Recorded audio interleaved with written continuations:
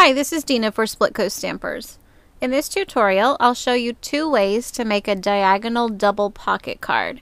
It's a card that's made from a single sheet of paper that has 2 pockets for tags, tickets, notes, cash, or whatever you want to tuck inside. For the basic card, you'll need a sheet of patterned paper that is 8.5 by 11 inches, and you'll score it down the center both ways, so at 4.25 on the short side and 5.5 inches on the long side. For this version of the card, you want your favorite side of the paper to be facing up when you score, so be sure to pay attention to that before you start. For the next step, you're going to cut from the center point out to the left right along the score line. So you're cutting from the center to the long side.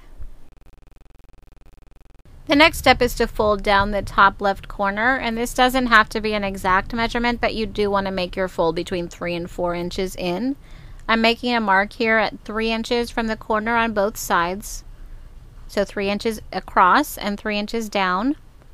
And then I'm going to score between those 2 marks that I made, and that will create my fold line.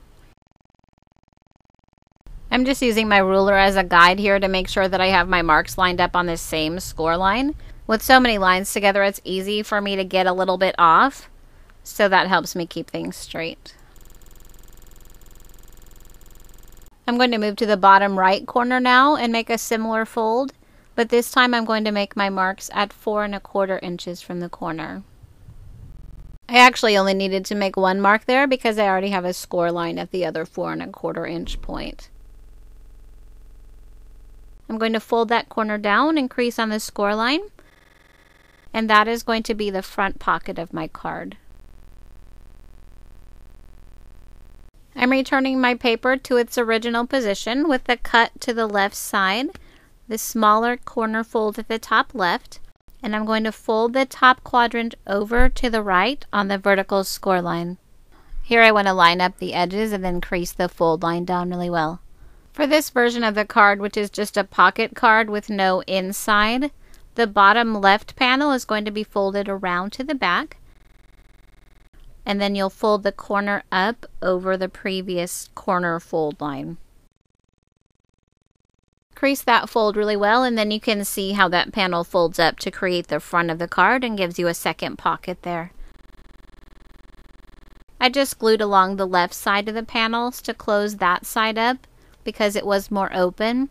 If you wanted to glue down the right side, you could do that too. And here's that card all finished. I added a border to 1 pocket and a digital image and sentiment from Power Poppy, and tucked some blank tags into the pockets. I wanted to show you a variation of this card that opens up, so you have the same pockets on the front, but you can also open up the card and write a message inside. The initial scoring is the same, but for this version, you want your favorite side of the paper to be facing down when you score. For the next step, again, you're going to cut from the center point out to the left, right along the score line.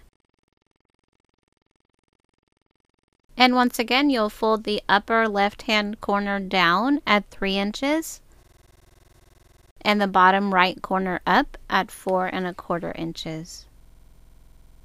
You'll return the paper to its original position, and you'll fold the top left panel over as we did before, line up the edges and crease down the fold line. Then you'll fold the entire bottom half up to give you the 2 pockets, and you'll fold the left panel around to the back, and that will give your card an inside for an extra added message. If you want to add any glue to secure the loose edges, you could do that too. I finished my card again with stamps from Power Poppy and some tags tucked in the pockets. This is a great little gift card that I hope you'll try, and I thank you so much for watching.